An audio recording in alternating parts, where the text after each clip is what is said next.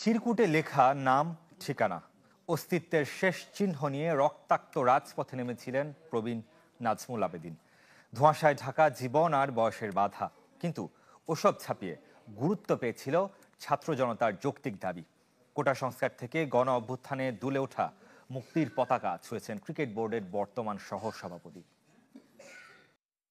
সেটা মাথায় নিয়ে কিন্তু বেরিয়েছিলাম যে কোনো সময় যে কোনো কিছু হতে পারে। যে কোনো আমার পকেটে একটা চিরকুট ছিল যেটাতে আমার বাড়ির নাম্বার টাম্বার, আমার কাছের মানুষদের নাম ঠিকানা, যদি আমার কোনো অসুবিধা কিছু হয়ে যায়। বদ্ধ করা আবহে প্রাণের ভয় আর সংশয় প্রতিটা মুহূর্ত। 24 জুলাই 36 দিনের, যে মাসের দিনগুলো অন্ধকারাচ্ছন্ন রাতের চেয়েও ভয়ঙ্কর।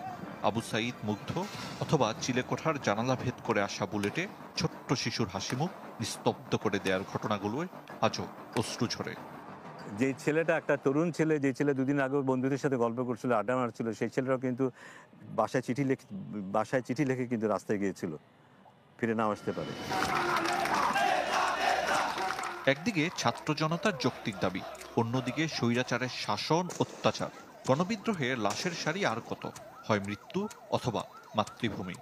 সবাই যাচ্ছিল, সেটা অংশগ্রহণ করাটা খুব জরুরি ছিল। সেটার মধ্যে আমার মনে হয় সেই আবেগটা ছিল, সেই সেন্স অফ রেসপন্সিবিলিটি সেটাও ছিল। আপনি যখন বৈষম্য বিরোধী আন্দোলনে অংশ নিলেন ছাত্রদের সঙ্গে, উপর থেকে কি আপনাকে কেউ চাপ প্রয়োগ করার চেষ্টা করেছিল? অনেকেই আমাকে এটা নিয়ে সাবধান করেছিল যে এটা করলে ভবিষ্যতে কি হবে বা না হবে। রাজপথে নামা প্রবীণ নাজমুল আবেদীন থেমে থাকেননি বয়সের সীমারেখায়। তারপরও আক্ষেপ, ছাত্র আন্দোলনে ক্রীড়াঙ্গনের ব্যক্তিত্বদের স্বতঃস্ফূর্ততা না দেখায়। ক্রীড়াঙ্গনে আরও ভূমিকা রাখার সুযোগ ছিল, কিন্তু তারা তাদের স্বার্থ রক্ষার কারণেই কিন্তু তারা এখানে আসেনি, তারা এই আন্দোলনের পেছনে দাঁড়ায়নি।